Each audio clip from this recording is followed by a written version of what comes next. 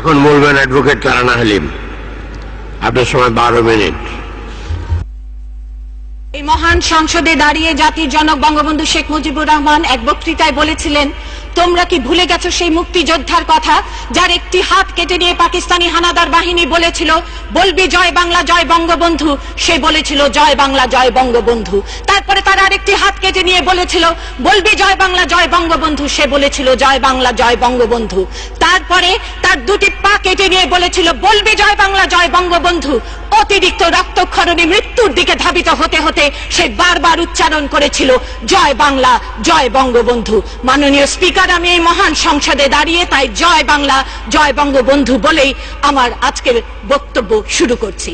1980 সালে president Ronald Reagan তার নির্বাচনী প্রচারণার সময় বলেছিলেন, জনগণকে একটি প্রশ্ন করেছিলেন, are you better of today then you wire 4 years ago? আমাদেরও দেশের জনগণকে নিজেদের এই প্রশ্ন করতে হবে, তারা আজকে এই অর্থনৈতিক মন্দার সময় যেমন আছে তার 4 বছর আগে যেমন ছিল তার চাইতে কি তারা ভালো আছে?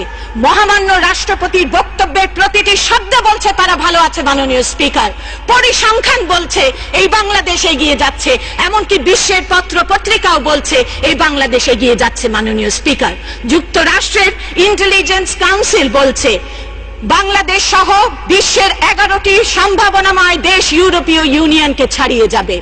2021 সাল নাগাদ বাংলাদেশ মধ্যমায়ের দেশে 21 সাল নাগাদ মধ্যমায়ের দেশে পরিণত হবে এবং 2050 সাল নাগাদ বাংলাদেশ পশ্চিমা বিশ্বকে ছাড়িয়ে যাবে। এমনকি ওয়ার্ল্ড ব্যাংকও বলছে এটি সম্ভব। বিগত জামাত জোট সরকারের সময়ে অর্থনৈতিক প্রবৃদ্ধি ছিল বছর ভেদে 5.7% থেকে 6.3%।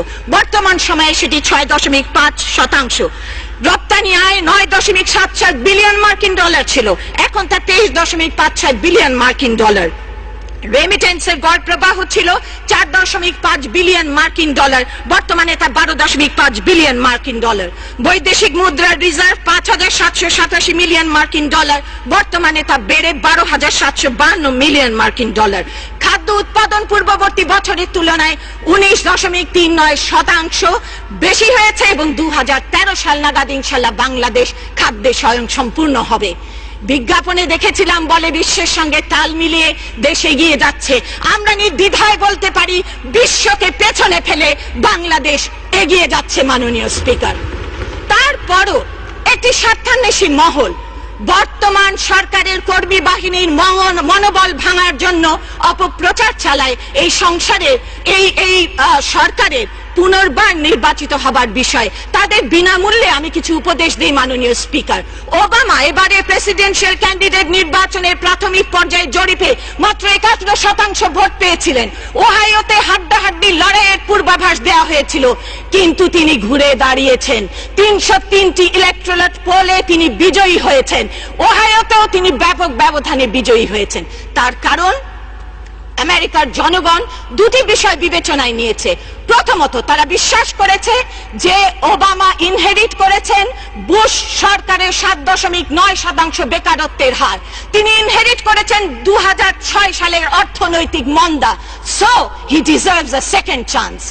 দ্বিতীয়ত, তারা মিট রমনির আক্রমণাত্মক এবং রক্ষণশীল নীতিকে তারা পরিত্যাগ করেছে। ঠিক একইভাবে যেহেতু বর্তমান সরকার বিগত জামাত জোট সরকারের দুর্নীতি এবং তত্ত্বাবধায়ক সরকারের কিছুই না করার নীতিকে অতিক্রম করে অর্থনৈতিকভাবে এগিয়ে যাচ্ছে, this government deserves a second chance. মাননীয় স্পিকার, এবং খালেদা জিয়াকে আমরা দেখছি তিনি বিভিন্ন মহাসমাবেশে বলছেন সরকারি কর্মচারী কর্মকর্তাদের নামের তালিকা করে রেখেছি, পুলিশ অফিসারদের নামের তালিকা করে রেখেছি, নির্বাচন কমিশনকে শায়েস্তা করব। আমার বিশ্বাস বাংলাদেশের জনগণ ব্যালটের মাধ্যমে তার এই সকল প্রশ্নের উত্তর দেবে। বুলেটের মাধ্যমে তাদের জন্ম বলে ব্যালটের শক্তির সঙ্গে তাদের পরিচয় নেই। আব্রাহাম লিঙ্কন বলেছেন ballot is more powerful than the bullet, এবং সেটি তারা গতবারের নির্বাচনে অনুধাবন করেছেন। ইনশাল্লাহ আগামী নির্বাচনেও সেটি তারা অনুধাবন করবেন। মাননীয় স্পিকার, আমার মনে বড় সাত জাগে বেগম খালেদা জিয়ার কাছে কয়েকটি প্রশ্ন করতে। কেন ডিজিএফআই যখন 21শে আগস্টের গ্রেনেড হামলার সময় আপনার কাছে তদন্তের অনুমতি চেয়েছিল আপনি তা দেননি? কেন দেননি? কেন আপনি মাওলানা তাজউদ্দিনকে ভিন্ন পাসপোর্টে বিদেশে পাঠিয়ে দিয়েছিলেন, যিনি ছিলেন গ্রেনেড সরবরাহকারী? কেন আপনার উপমন্ত্রী পিন্টুর বাসভবনে লুৎফুজ্জামান বাবর, আবু তাহের এবং মাওলানা তাজউদ্দিন গ্রেনেড হামলার পরিকল্পনা করেছিল? কেন আপনি ইন্ডিয়ান এমনিটি আইন যেদিন এই মহান সংসদে বাতিল হয়েছে সংসদে উপস্থিত থাকেননি? কেন যেদিন ইন্টারন্যাশনাল ক্রাইমস ট্রাইব্যুনাল আইনে সংশোধন আনা হয়েছিল আমাদের আহ্বান সত্ত্বেও আপনি মহান সংসদে উপস্থিত থাকেননি? কেন জিয়াউর রহমান দালাল আইন বাতিল করে দিয়ে বঙ্গবন্ধুর সময়ে বিচারাধীন 12,000 যুদ্ধাপরাধীকে এবং 752 জন সাজাপ্রাপ্ত অপরাধীকে তিনি মুক্ত করে দিয়েছিলেন? কেন জিয়াউর রহমান সেকেন্ড প্রোক্লামেশন জারি করে সংবিধানের 122 অনুচ্ছেদ বাতিল করে দিয়ে এই মহান সংসদে তাদের সংসদ সদস্য হবার সুযোগ করে দিয়েছিলেন? কেন গোলাম আজমের যে নাগরিকত্ব বঙ্গবন্ধু 1973 সালে বাতিল করেছিলেন তা জিয়াউর রহমান 1976 সালে তাকে ফিরিয়ে দিয়েছিলেন? মাননীয় স্পিকার, আরেকটি কথা বলি, পদ্মা সেতুকে তারা রাজনীতিকরণের চেষ্টা করছেন।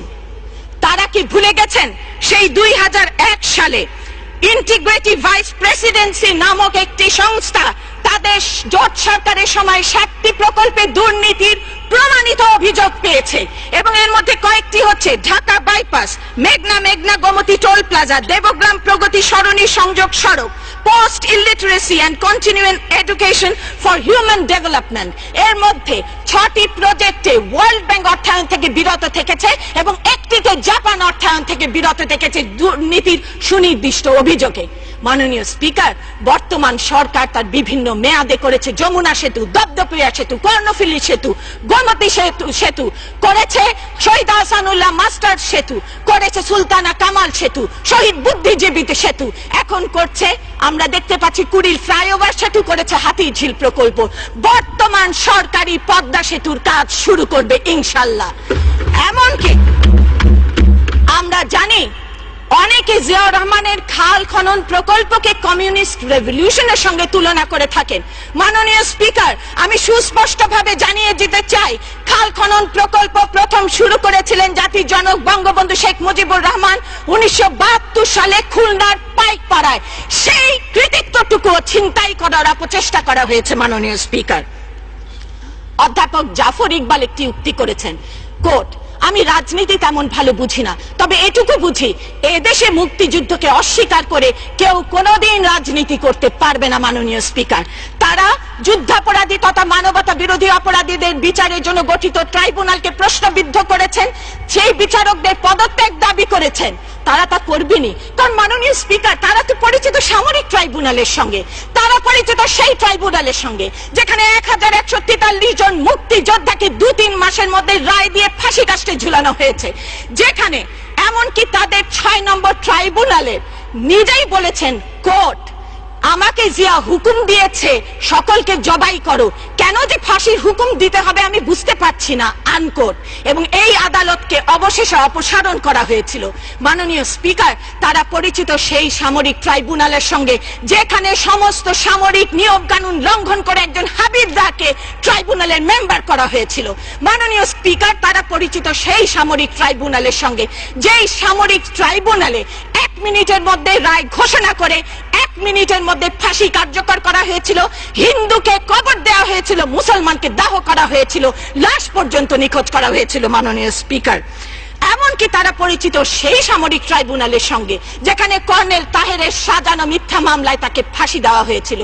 সেই ট্রাইব্যুনাল সম্পর্কে মাননীয় হাইকোর্ট তার রায়ে বলেছেন, court, the sentence passed by the fake tribunal is hereby set aside. কাজে এ ধরনের ট্রাইব্যুনালের সঙ্গে যারা পরিচিত তারা অবশ্যই বর্তমান ট্রাইব্যুনালের স্বচ্ছতা নিয়ে প্রশ্ন করবেন, এটাই স্বাভাবিক। বিএনপি নেতা জিয়াউর রহমান, আমি তাকে সম্মান দেখাতে চাই, কিন্তু পাচ্ছি না এই কারণেই যে তার সম্পর্কে বিভিন্ন বিদেশি পত্র পত্রিকার স্টেটমেন্ট আমার নজরে এসেছে। তাকে বলা হয়েছে জিয়া ইজ ভেঞ্জফুল, স্যাভেজ, অথরিটেরিয়ান। কোন জেনারেল এই সাবকন্টিনেন্টে তার নিজস্ব ট্রুপের মধ্যে কখনো এমন ম্যাসাকার চালাননি। জিয়াকে বড় আকারের সামাজিক মূল্যবোধ বিবর্জিত নায়ক বলা হয়েছে। তিনি ইসলামকে পলিটিক্যাল করেছেন, তিনি সিভিল সোসাইটি এবং প্রশাসনের উপর মিলিটারি আধিপত্য কায়েম করেছেন। লিফলুস বলেছেন Zia is a very critical person. মহামান্য রাষ্ট্রপতি তার বক্তব্যে এর অনেক কিছুই সৌজন্যবশত বলেননি। তবে তিনি ভাগ্যবান, কারণ বঙ্গবন্ধু হত্যা মামলায় তিনি মৃত বলে তাকে আসামি করা যায় নাই। মাননীয় স্পিকার, এমনকি কর্নেল তাহের হত্যা মামলায় মহামান্য আদালত সঠিকভাবেই বলেছেন, court, Zia is not available now to face the murder charge as he is dead. কাজেই জিয়াউর রহমান যদি জীবিত থাকতেন তিনি কারো আদর্শ হতেন না মাননীয় স্পিকার, তিনি হতেন একাধিক হত্যা মামলার আসামি। মাননীয় স্পিকার, আমি মহামান্য রাষ্ট্রপতিকে ধন্যবাদ জানাই যে তিনি বর্তমান আওয়ামী লীগের দুঃসময়ে বঙ্গবন্ধু কন্যা শেখ হাসিনার জন্য তার নৌকাটি পাহারা দিয়েছিলেন। আমি সেই সঙ্গে ধন্যবাদ জানাই আমাদের কোটি কোটি কর্মীকে, যারা সেদিন এক বাক্যে ঐক্যবদ্ধভাবে বলেছিল শেখ হাসিনা ছাড়া কোনো বিকল্প নেতৃত্ব আমরা মানি না, শেখ হাসিনা ছাড়া কোনো নেতৃত্ব আমরা কখনোই গ্রহণ করব না। কিন্তু মাননীয় স্পিকার, সে সময় কিন্তু বিএনপির কর্মী বাহিনী শতভাগে বিভক্ত হয়েছিল, কারণ তাদের সামনে কোনো আদর্শ নেই। মাননীয় স্পিকার, তারা পকেটের রাজনীতি করে, তারা ব্যবসার রাজনীতি করে, তারা ভাগ বাটোয়ারার রাজনীতি করে। মাননীয় স্পিকার, এমনকি বেগম খালেদা জিয়া ইদানিং সময় বলেছেন আমি তরুণ প্রজন্মের হাতে ক্ষমতা হস্তান্তর করব। বাংলাদেশের তরুণ প্রজন্মকে তার জানাতে হবে এই তরুণ প্রজন্ম কারা। এই তরুণ প্রজন্ম কি তার সেই দুই পুত্র তারা যারা বাংলাদেশের সিঙ্গাপুরে 20 কোটির অধিক অর্থ পাচারের দোষে দোষী সাব্যস্ত, যারা আয়কর ফাঁকির মামলা আছে, যাদের বিরুদ্ধে চাঁদাবাজির 8টি মামলা, দুদকের 12টি মামলা আছে, সিমেন্স এবং বড় পুকুরিয়া ঠিকাদারি কাজে আর্থিক দুর্নীতির অভিযোগ রয়েছে, যারা 20.41 লক্ষ Singapore dollar stolen asset recovery ফান্ডে জমা হয়েছে, যারা সিমেন্স এবং চায়না হারবার কোম্পানি থেকে ঘুষ গ্রহণ করেছেন, যারা সাব্বির হত্যা মামলাকে ভিন্ন খাতে প্রবাহিত করবার জন্য ঘুষ গ্রহণ করেছিলেন। তাহলে আমি নির্দ্বিধায় বলতে পারি মাননীয় স্পিকার, বর্তমানের জাগ্রত তরুণ প্রজন্ম তার সেই তরুণ প্রজন্মকে ঘৃণা ভরে প্রত্যাখ্যান করবে। আরো বলবেন? আরো 2 মিনিট বলুন।